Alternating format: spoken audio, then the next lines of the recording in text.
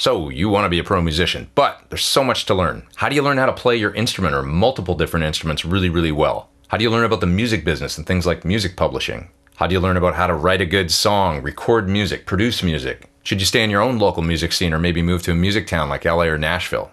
And sometimes you just need somewhere to look for words of encouragement, advice, or answers to a specific question when this crazy music business gets you down and discouraged. Well, the good news is you don't have to reinvent the wheel and learn everything the hard way. All you need to do is find some great mentors.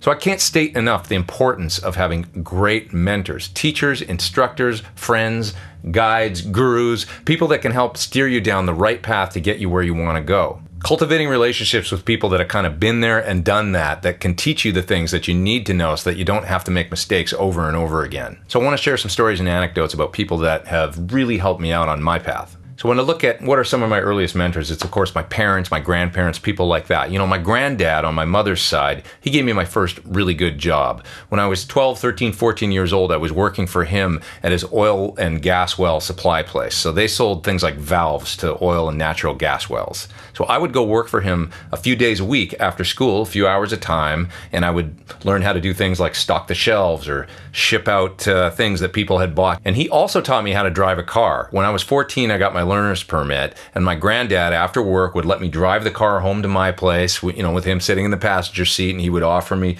tips and advice and tell me how to do things, and then he'd carry on home once we got to my place. And you know, to learn how to drive from somebody like that who was really calm and patient and just trusted me and believed in me, that felt really great.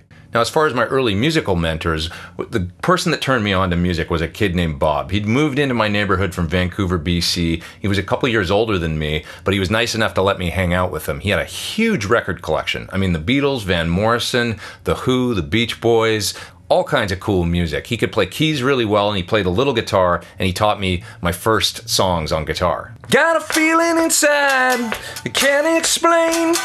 That's the first song I ever learned, power chords. Bob showed me how to do it, and I was off and running. He was the one that really piqued my interest in music. I'd found my thing. All I could think about was music at that point, and he steered me down that path. Now I needed to find a great local guitar teacher so I could get some skills on the instrument. Well, I was super lucky to find a fellow named Terry McDade. Terry's practically a legend at this point in the Edmonton music scene. And keep in mind, Edmonton isn't a music town like in LA or Nashville, but this was a guy that has had a career in music for his entire life, teaching, putting out albums, playing live gigs. So that was so important for me to see that that was even possible. I mean, I didn't even know that it was possible to actually play music in a city like Edmonton for a living until I met Terry. He showed me lots of stuff on the guitar, taught me all kinds of musical things, but also he was just such a positive guy and a happy guy, and it was so important for me at that age to see somebody that was loving doing what they did for a living. Now, my dad came from kind of a traditional business background. You know, he went to college, started a really successful business, and he kind of wasn't having the music career thing. Around the time that I was 14 years old, I was really developing an interest in going to GIT, going to Los Angeles, and attending music school. I think that scared the hell out of my dad. I mean, he just wanted what was best for me for sure, but a career in music, he just couldn't see that. So I think some of that was creeping into my thinking. And by the time I was about 17, I was kind of wavering in my commitment to go away to MI and do music as a full-time career. So I was hanging out with Terry one day at his place, and I mentioned to him that I was thinking about maybe not doing that. Maybe I'd just go to college and kind of stay in Edmonton. And in that moment, you know, he looked at me and very serious, he said, "Listen, I want you to reconsider this whole thing. I think you're really good at doing music. And you love it, you're dedicated to it, and I think you could be successful at it." And it was really in that moment that I turned around and got back on the path. Now, my dad, great guy. I learned so much from my dad. I learned things about being meticulous and following through and detail-oriented stuff.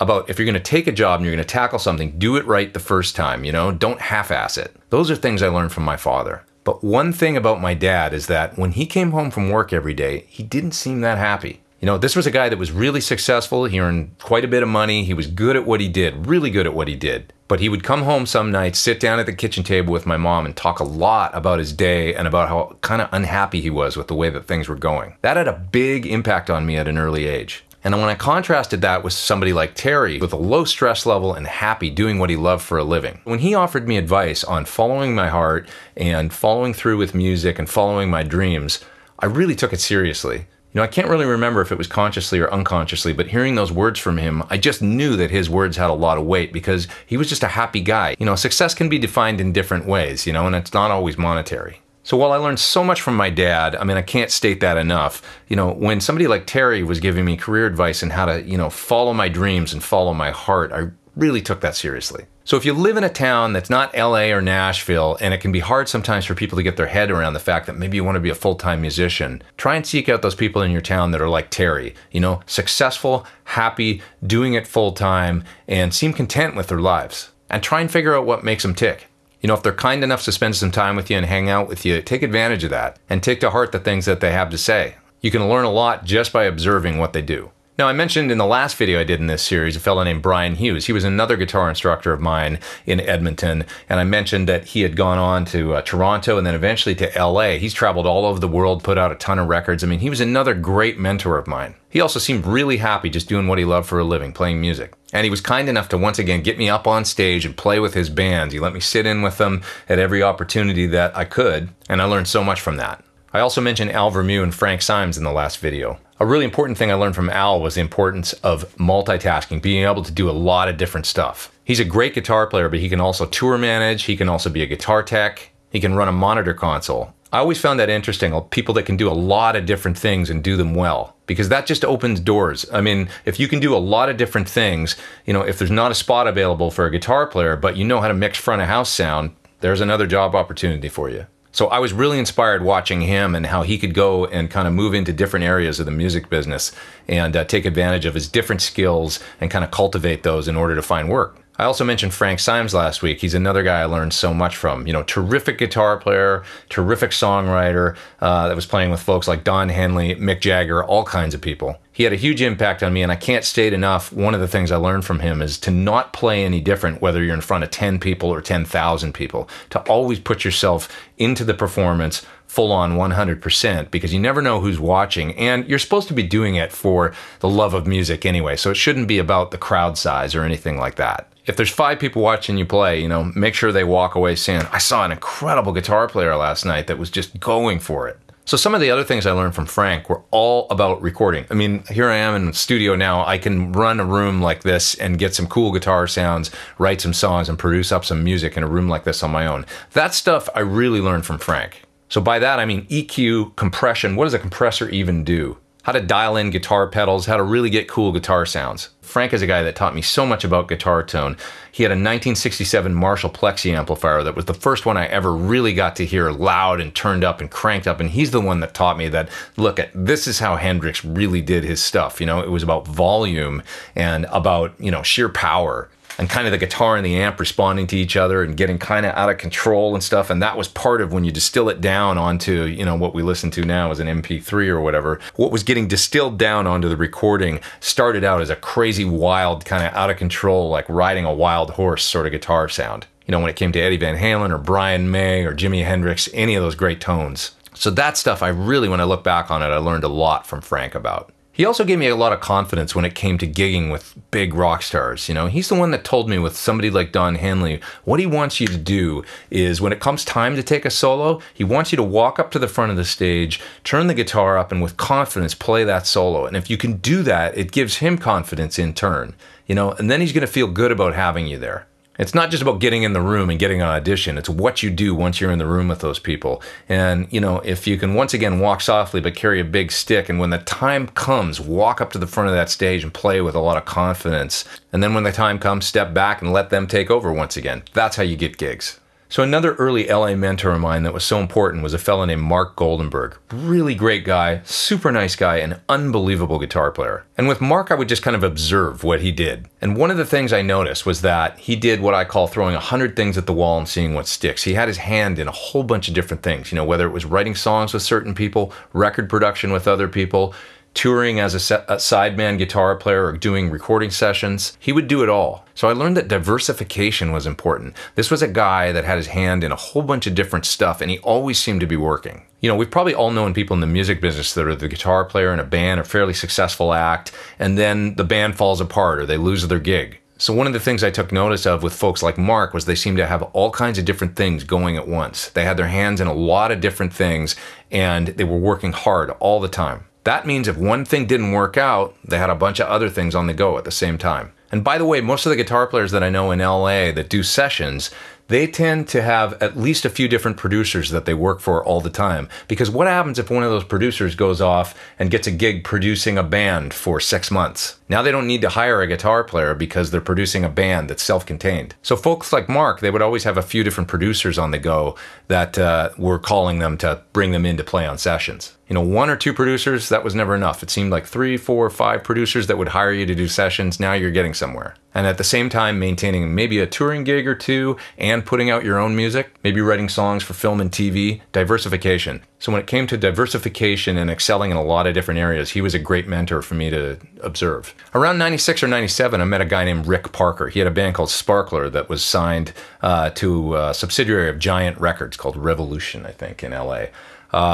I ended up playing guitar with his band for about 6 months. I found this guy fascinating because he had had about 5 record deals at that point. Now, he wasn't a household name and people didn't really know who he was outside of LA maybe, but 5 record deals. How does a guy get 5 record deals? He was a positive guy. Once again, he shared a lot of the traits of some of these other people. Really positive, really driven, doing what he loved, and he was really diverse. I mean, he could produce, he could run a whole studio. You know, he knew how to run an analog tape deck and maintain it and keep it going. I found that fascinating. Great guitar player, really good singer, and just really, really positive. One of the things he told me one day were, you know, there's a lot of guys that are in this town that are down here and they all complain all the time about how hard it is and all this. And he said, don't get involved in that. You know, you want to be up here. How can you be one of the people that's up here when you're down here in that fray complaining all the time, talking about how you can't get anywhere and how things are tough and you've gotten so many hard knocks and all that bullshit. He just taught me mentally to kind of keep my head above that fray, and you know, just by hanging out with somebody like him, I felt like I was doing that. So these are the kinds of people that I gravitated towards, that I was, you know, drawn to. Rick also taught me a lot about confidence. He told me a great story once about going into his music publishing company. He had a publishing deal for songwriting,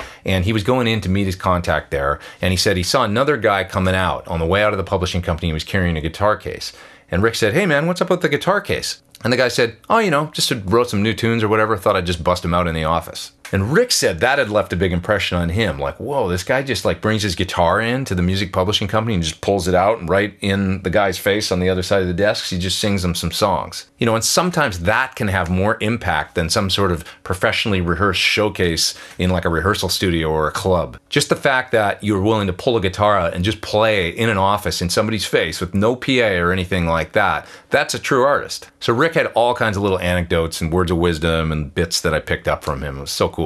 Once again, he's still active in the business, which totally makes sense. He's got a successful studio here in LA, still producing records. He mixes records. These are the kind of people you want to seek out and find. Brian Ray, another great mentor of mine. So I met him around 1998, 99, something like that. And he's, of course, gone on to play with Paul McCartney for many, many years. He plays bass and guitar with Paul. Brian's a guy with an absolutely impeccable work ethic. And also when opportunities come up, he knows how to spot them. I don't want to share his exact story of how he ended up playing with Paul McCartney, but I don't actually need to go into details. At the core of it, Brian is a guy that knows how to spot an opportunity and then bring it up to the right person at the right time and see if there's something there that can be explored.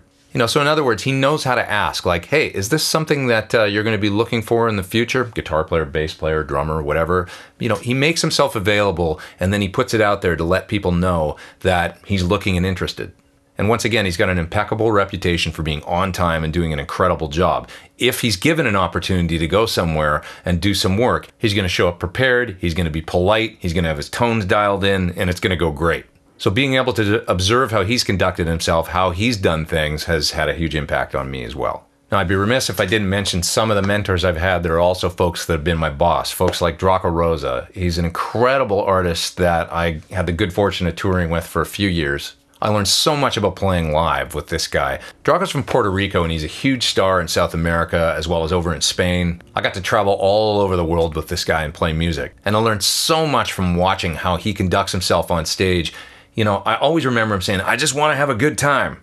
And man, does he ever. He wants his concerts to be just a cathartic kind of musical, artistic experience. I remember that we played a song together as a duet called La Flor de Frio. One of the songs we played together was a duet that I would play on acoustic guitar. It was called La Flor de Frio. I hope I'm saying that right. And I remember saying to him, like, how am I going to get the tempo? How do you want me to start this? Because it was just going to be him and me. And he looked at me kind of like I was crazy. He was like, what do you mean, man? It's just you and me. We're just going to vibe. Like, don't worry about that stuff. I learned so much in that moment. Be present. Be there with the other person that you're playing with. Let the rest of the world and the crowd slip away and just feel it out. Many of the shows I played with him felt like the cyclical energy between the crowd and the band, and it was just like this one big giant mosh pit of energy. And I always took that away and tried to retain that on whatever gigs I ever did since then. Certainly all the folks that I've had the good fortune to work with since, I mean, everybody from Jewel to Chris Cornell to Melissa Etheridge, I mean, all these folks I've learned so many things from. And it's mainly through observing. I mean, just through sort of paying attention, always keeping your eyes open and garnering little bits of information or skills that you wouldn't have the chance to learn otherwise. And this is a skill that you just kind of want to cultivate and keep doing all the way through your career. I mean, when you're on a session and there's a great mix engineer in there or a great recording engineer and they're getting a killer guitar sound that you love or a killer drum sound, I mean, there's always things you can garner and learn from these people. Don't be afraid to ask questions. You know, good questions asked at the right time can be so important. You can learn new things all the time. Once again, this kind of goes back to the first video about don't be an asshole, don't be a jerk.